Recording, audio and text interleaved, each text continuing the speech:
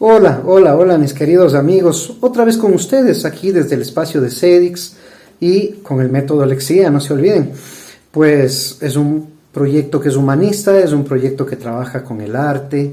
Ya les hablaré próximamente de manera mucho más amplia el tema del arte, cómo influye aquí, pero no entendamos esto con temas de arte terapia, ¿no? Que es fantástico, es maravilloso, pero topa otros puntos que no tienen nada que ver con lo que el método Lexía trata, ¿de acuerdo? Pero hoy vengo a compartirles un tema muy específico, mis amigos, y es que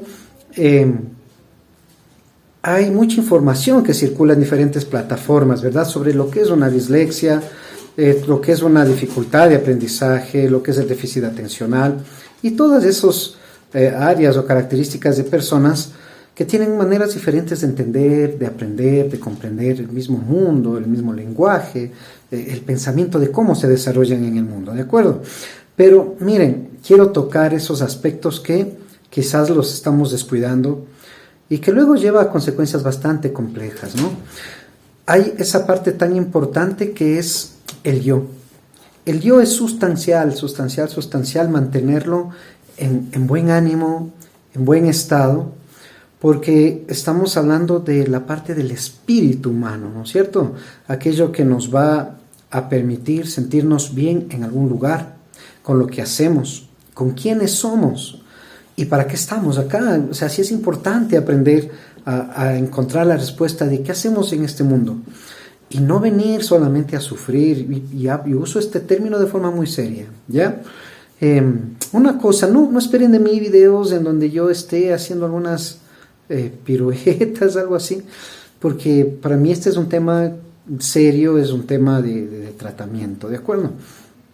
Miren, ¿cómo es el día de un disléxico? De una persona disléxica, de una persona con dificultades de aprendizaje. ¿Cómo es el día de una persona que tiene esa inteligencia de la introspección? Vamos a tratar de englobar todo eso en esto que les voy a contar.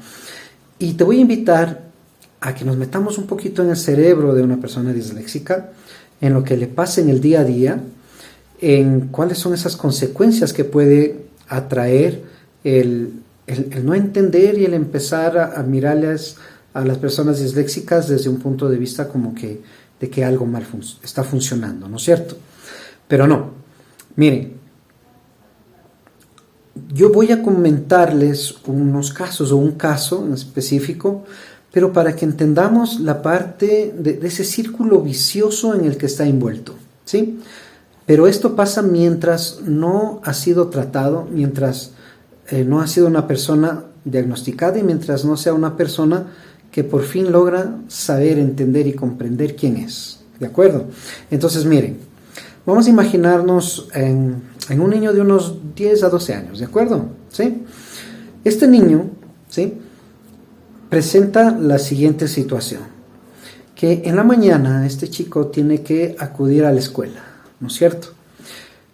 Previo a eso, hay familias, hay padres que te enseñan a que antes de que tú vayas a la escuela, la noche anterior o la tarde anterior, revises un organigrama, un horario, y entonces organices tu maleta, organices tus cuadernos, organices todo lo que tengas que llevar, tus proyectos, etcétera, a tu escuela, ¿verdad? Resulta que a un disléxico esas cosas no le interesan, no le llaman la atención, no está en su medio. La escolaridad no es su medio, ¿sí? Vamos aclarando ese punto mientras sigo conversando la historia. Este chico simplemente cogerá de pronto la maleta, cogerá los cuadernos, llenará la maleta de cuadernos y ustedes van a ver que tienen maletas muy pesadas, ¿cierto? ¿Por qué? Porque nunca se fijó en un horario, no tiene el horario, no existe para él, y así lo tenga escrito en algún lugar, para él no existe, no tiene relevancia, y entonces se va a cargar una maleta muy pesada a la institución educativa. Este chico llega al colegio, ¿sí?, hizo los trabajos con su madre, con apoyo, ¿no es cierto?, o con apoyo quizás de alguna institución que le está respaldando en las tardes, y resulta que la maestra le pide el trabajo, el deber, y el estudiante o este chico no le entrega. Y no es que él no quiere entregar, es que no hay el acondicionamiento adecuado en él para entender la importancia de entregar. Y esto es hablar de conceptos, ¿ya?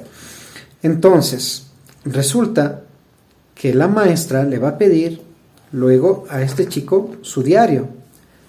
¿Para qué? Para emitir un reporte a la familia e indicar la dificultad que tiene el chico, que es la de no presentar el deber, la de no presentar el proyecto o el trabajo. La madre, al leer ese informe, se va a sentir confundida. Va a preguntarle al chico que por qué no entregó el deber si sí lo hizo. Y este chico simplemente le va a responder, es que no me acordé, es que no vi, no sé, va a tener cualquier excusa para justificar su no presentación de trabajo. Y no es que no lo quiso presentar porque él no quiso, ¿sí? Es que su mente, gente maravillosa, está en otro universo. Ya les voy a explicar un poco el otro universo. Ahora miren, el problema empezó, digamos, que en ese día en la escuela, ¿no es cierto? Luego este chico sabe que la maestra le puso un reporte y ahora esa información viaja con él hacia la casa. Pero viaja desde el primer momento que la dificultad se le presenta. Es decir, el momento en que sabe que la maestra está generando un reporte, este chico ya le empieza a pasar mal. Ya la escuela se convierte en un lugar de sufrimiento, ¿sí? Imagínense estar en su cabecita durante el tiempo que está en la escuela. Problema, problema, problema, problema. No tiene un momento de calma, no tiene un momento de descanso esa cabecita. Está pensando todo el tiempo en el problema. Su yo se está destruyendo. Su universo, que corresponde a estar pensando y preguntándose todo el tiempo ¿por qué los astronautas tienen tales características? ¿Por qué el mundo es redondo? ¿Por qué el cielo se ve azul? Es decir, son personas que están hechas siempre para preguntar, indagar, crear, proponer, ¿sí? Y recuerden, no se olviden de esto, siempre desde el participar, desde el hacer, ¿de acuerdo? Es un hacedor, es muy creativo. Entonces la escuela, al ser un lugar en el que te dan instrucciones específicas que debes cumplir, se vuelve aburrido para esta persona. Por tanto, pierde interés en participar en cualquier actividad. Ese problema que ahora está en casa, ¿sí? se pone más fuerte porque si no es castigado, es comparado con alguien de la familia, con un hermano, con una hermana, con un primo, una prima, dependiendo de cómo esté conformada su familia. Y hasta con sus propios compañeros. Mi pregunta para ustedes es, ¿qué creen que pasa en la parte interna de esta persona? No importa que sea un niño de 7 años, de 6 años. Está teniendo una dificultad muy fuerte en su salud emocional. Su yo está quebrantado, ¿sí? Llega el padre, la mamá le avisa, y nuevamente otra persona va encima de este chico. El problema no termina. Y quizás de castigo lo mandan a la habitación. En la habitación se siente ya un chico relegado. Está siendo eliminado, retirado, separado del rol de la familia. ¿Sí? Porque él no entiende qué es lo que está pasando. Él no entiende por qué está un trabajo mal. No entiende por qué el trabajo no lo presentó. Aunque ustedes no lo crean, es un sinsentido con mucho sentido cuando se sabe que es el ser disléxico. Todos podemos ver, visualizar esos rasgos que nos determinan que algo está pasando en una persona. Pero hablar de dificultades de atención, de dislexia, dislalia, dismapias y todas estas condiciones no nos llevan solamente a tener que tratar esos aspectos que son visibles. También la parte interna, también la parte que no se ve es importante. Ahora este chico se va a recostar con mucho dolor en su vida. Con mucha, no sé cómo explicarles esta parte, pero siente que no es nadie, siente un vacío enorme. ¿Y saben algo que es importante? No sabe cómo decir que algo está pasando. No tiene idea de cómo comunicar que algo no está funcionando bien, porque no tiene un punto de parámetro para comparar si algo está bien o está mal. ¿De acuerdo? No existe esa manera de poder comprender ese principio, esa parte de relacionar. En la vida personal, les cuento ahora de una vez, Yo llenaba los exámenes y yo me iba contento a casa y a mi madre le contestaba que había contestado todas las preguntas. Pero ¿qué pasa? Que cuando ya me entregaban al siguiente día el examen, eran exámenes, en ese tiempo era sobre 20 la calificación, acá en Ecuador, ¿no? Para mí sacarme un 15 era muy, muy difícil y mis notas eran de 15 para abajo, ¿sí? Pero la mayor parte de notas eran de 9 para abajo. Entonces era un estudiante regular y yo no sabía cómo decirle a mi madre, me está pasando esto está bien, está mal, es así o no es así, porque yo no entendía si yo contesté todo según lo que estudié, pero cuando ya comparaba con lo de mis compañeros todo estaba mal. Y nunca lograba entender por qué, o sea, ¿en dónde falló algo? ¿Qué falló? Entonces imagínense la vida de este niño, ¿sí? Que va a dormir con ese dolor, con ese sentimiento de no encontrar una respuesta, de no saber a quién acudir. Porque claro, no tienes un respaldo para, como dije anteriormente, comparar. Entonces, te sientes vacío, solo, duermes, sueñas cosas muy duras, te generas inseguridades muy fuertes. ¿Y qué resulta, mis amigos? Que al final de cuentas, amanece y otra vez empieza el mismo rollo. El mismo rollo. Quizás con una situación distinta, pero la maestra le va a volver a llamar la atención. Va a volver a tener problemas con su madre. Va a volver a discutir con su papá. Va a volver a acostarse con mucho dolor. Y eso pasa desde los 7 años de edad, porque está en la etapa escolarizada que les hablaba antes, hasta cuando termine sus estudios. Y si no ha sido tratado, esto va a continuar siendo problemas muy serios luego cuando sea un joven, un adolescente, o un joven y a un adulto que haga una familia, que arme una familia.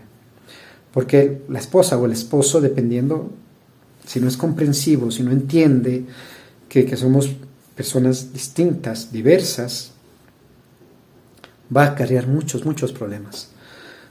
¿Por qué? Porque miren, esta persona normalmente va a querer triunfar en la vida como todos, pero resulta que las limitantes con la matemática, con esos símbolos que no van con él, con las letras, con la lectura, con la escritura, se vuelve un problema tan serio que te va mermando las condiciones, cualidades tan importantes que tenías y que se van a ir quedando estancadas por miedos que te vas generando.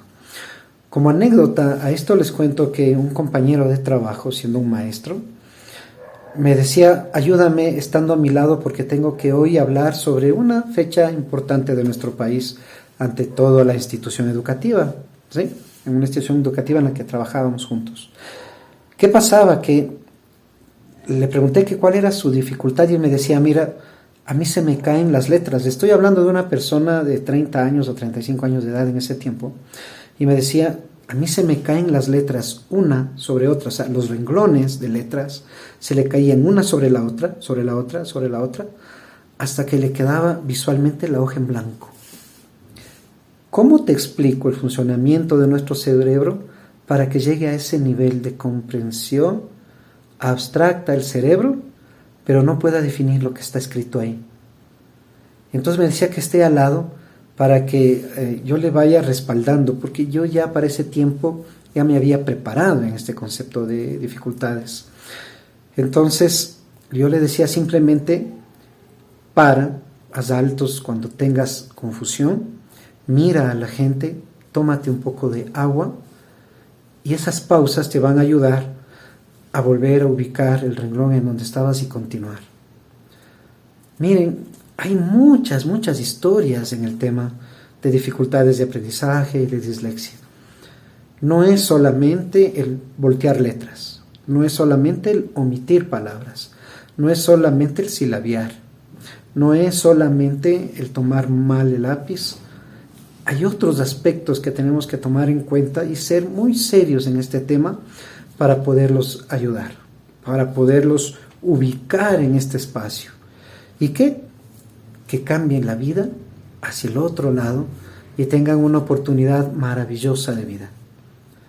Yo me hice especialista en el tema de dislexia gracias a unas personas que vinieron del extranjero a hablar del tema. Y cuando empezaron a hablar de ello, yo sentía que me hablaban directamente a mí. Pero yo regresaba a ver a las personas que estaban a mis costados, al frente, al lado, atrás, y era como que solamente me estuvieran hablando a mí. Sí, eso es una verdad, es una realidad. Fueron las primeras y únicas personas que empezaron a decirme quién soy, cómo pienso, qué hago, cómo debo actuar, cómo debo participar, cómo debo aprender, cómo debo estructurar algo. Y fue fantástico. Mi vida, cuando yo tomé ese programa para poder entenderlo, me cambió la vida impresionantemente. Soy otra persona después de ello, ¿sí? Claro, sigo siendo un disléxico, pero tengo que decirle que así con orgullo y con altivez, un disléxico que vive a plenitud, porque soy un artista. Me hice aquello que desde niño soñé, y lo he trabajado fuerte, lo he trabajado duro, como todo, en cualquier profesión.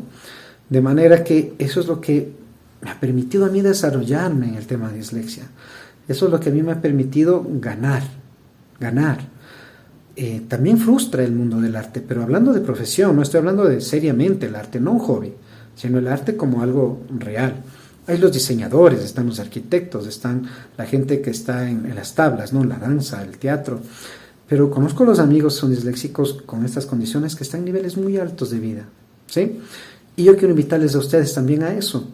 Pero para ello hay que apoyar. La familia tiene que estar junta. Hay que trabajar estos procesos de entendimiento a cabalidad, a profundidad. Porque si lo trabajamos solamente desde arriba, es decir, corrigiendo solamente la letra, corrigiendo la lectura nada más, pero si no trabajamos la parte complementaria humana, no va a cambiar absolutamente nada, porque esa persona seguirá con temores, seguirá con inseguridades, tendrá toda su vida miedo y no dará el paso adelante. No sé si les quedó claro ahora esta parte importante de entender que la dislexia es un modo de vida, es un estilo de vida, es una manera de pensar distinta. De manera que, mis amigos, en este espacio, en esta cápsula, quería compartirles a ustedes esta otra parte que quizás no la estamos analizando y considerando.